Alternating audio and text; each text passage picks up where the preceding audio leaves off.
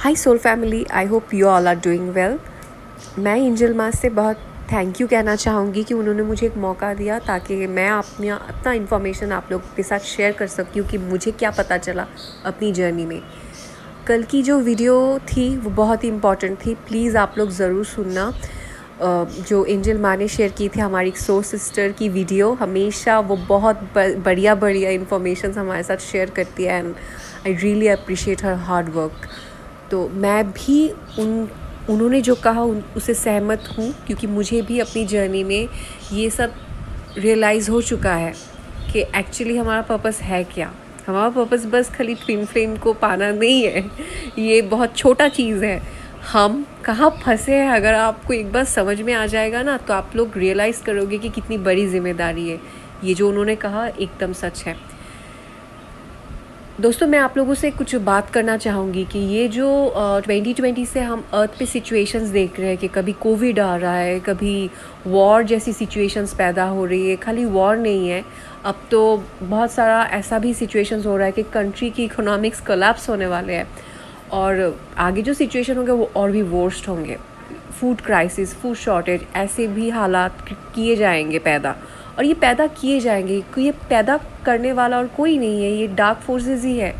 ये dark forces है, anti dark, जो भी आप बोले, डार्क फोर्सेस, डार्क एनर्जीज़। क्योंकि ये लोग जानते हैं कि अभी हम एक ही चीज़ कर सकते हैं, क्योंकि जो मैसिव अवेकनिंग 2020 से होने वाली है उसको रोकने के लिए हमें लोअर एनर्जीज़ में फंसा के रखना बहुत ज़रूरी है। वो कैसे? डर जो कोविड का एक सिनेरियो हुआ था, क्या हो रहा था? लोग डर रहे थे, लोग अपनी जान बचाने के लिए डर रहे थे, मर रहे थे। एक फियर जो तब से शुरू हुआ, अभी भी वो फियर है। अब क्या है, कभी कभी ऐसा सुना जाता है कि ये कंट्री तो बोल रहा है एटम बम फोड़ देगा, ये हो जाएगा, वो हो जाएगा। एक्चुअली इन्होंने क्या किया है मैं आप लोगों को बताना चाहती हूँ।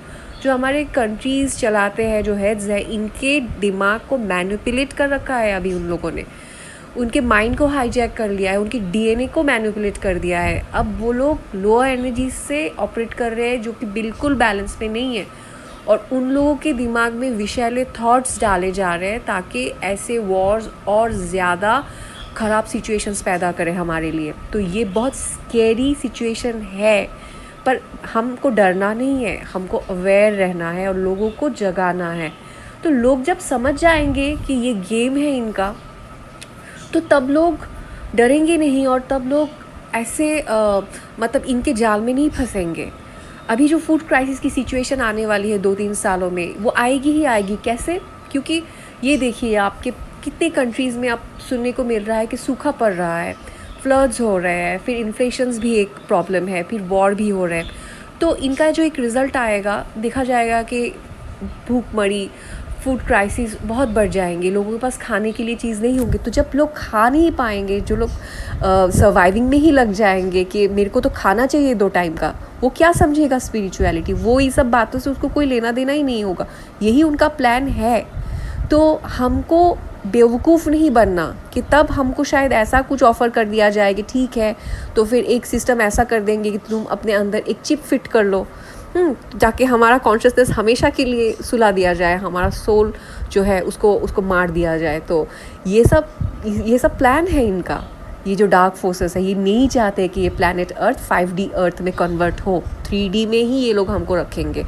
तो ये जो वॉर है ना, ये हमारे साथ हो रही है, ये ह्यूमैनिटी के अगेंस्ट हो रही है। तो आप लोग समझिए कि कितनी बड़ी जिम्मेदारी है हमारे ऊपर, और हम एक ही काम कर सकते हैं, अपनी चेतना की शक्ति को बढ़ाकर, कॉन्शियसनेस को बहुत ज़्यादा रेस करके हम ये वॉर जीत सकते हैं। क्योंकि लाइट और डार्क की एक जो फाइट है, यही डिसाइड करेगा कि इस प्लैनेट अर्थ की डेस्टिनी क्या होने वाली है। तो मैं चाहती हूँ कि आप सब और भी अवेयर रहे इन सब बातों से, लोअर एनर्जीज़ में ना फंसे, लस्ट डिज़ायर इनसे दूर होके अपनी चेतना पे काम कीजिए, और ज़्यादा समझेंगे आप चीज़ों को, और ज़्यादा समझेंगे आप। हालांकि ये जो कोविड आया था, फिर इसके बाद हमको वैक्सीन दिलवाया गया, ये सब भी इनका ही प्लान है, जो मैं अभी नहीं, बाद में आप लोगों को बताऊंगी। तो ऐसे ही हमको बेवकूफ़ नहीं बनना है, इनके प्लान के ट्रैप में नहीं फंसना है। क्योंकि हमको मैसिव अवेकनिंग को स्टॉप नहीं होने देना है। ये हमारी रिस्पॉन्सिबिलिटी, जो वॉलंटियर्स हैं, जो ट्विन्स हैं, जो भी स्पिरिचुअल सोल्स हैं जो अब अर्थ के लिए काम कर रहे हैं, ये हमारी जिम्मेदारी है। ये एक आखिरी मौका है हमारा। और एक काम हम कर सकते हैं इनर वर्क के साथ साथ, जो बहुत ही ज़रूरी है, कि आगे की जो सिचुएशन होने वाली है, आप लोग अभी से अपने जो छोटा भी अगर ज़मीन आपके पास है तो वहाँ पे आप प्लीज़ फूड्स ग्रो कीजिए। वहाँ पे वेजिटेबल्स जो भी है, कुछ भी है, ऐसे चीज़ों को थोड़ा सा अगर आप ग्रो करेंगे, थोड़ा सा प्रिपरेशन करके रखेंगे, तो ऐसी चीज़ों से आप अपने फैमिली को बचा सकते हैं, खुद को सेव कर सकते हैं। और ये सब फियर की एनर्जी जो क्रिएट किए जाएंगे इन फ्यूचर, वो उससे हम लड़ सकेंगे। और एक बात, नेचर से ज़्यादा जुड़े। मैंने अपनी जर्नी में एक बात सीखी है कि इनर वर्क के साथ साथ जो प्लैनेट अर्थ है, जो भूदेवी है, इनके साथ कनेक्शन बनाना, कनेक्शन ठीक करना अब बहुत ज़्यादा ज़रूरी है हमारे लिए। क्योंकि अगर देखिए, अगर खाना यहाँ से ग्रो नहीं होगा तो पैसे लेके हाथ में हम करेंगे क्या? तो इनका आदर सम्मान होनी चाहिए, जो हम नहीं करते। इनके साथ कनेक्शन ठीक करने के लिए हमको हमेशा ग्राउंडेड रहना होगा, ह्यूमिलिटी में रहना होगा।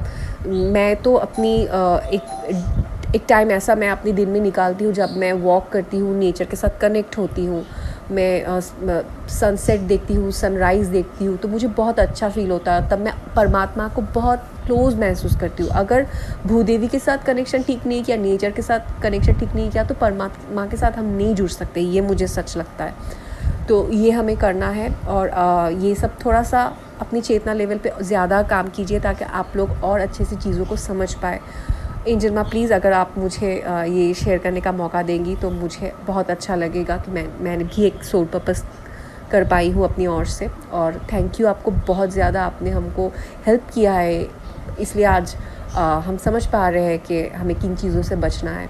एंड थैंक्स एवरीवन मुझे सुनने के लिए। मैं आगे भी अगर हो सके तो आपसे शेयर करूँगी अपनी इन्फॉर्मेशंस। Bye, take care.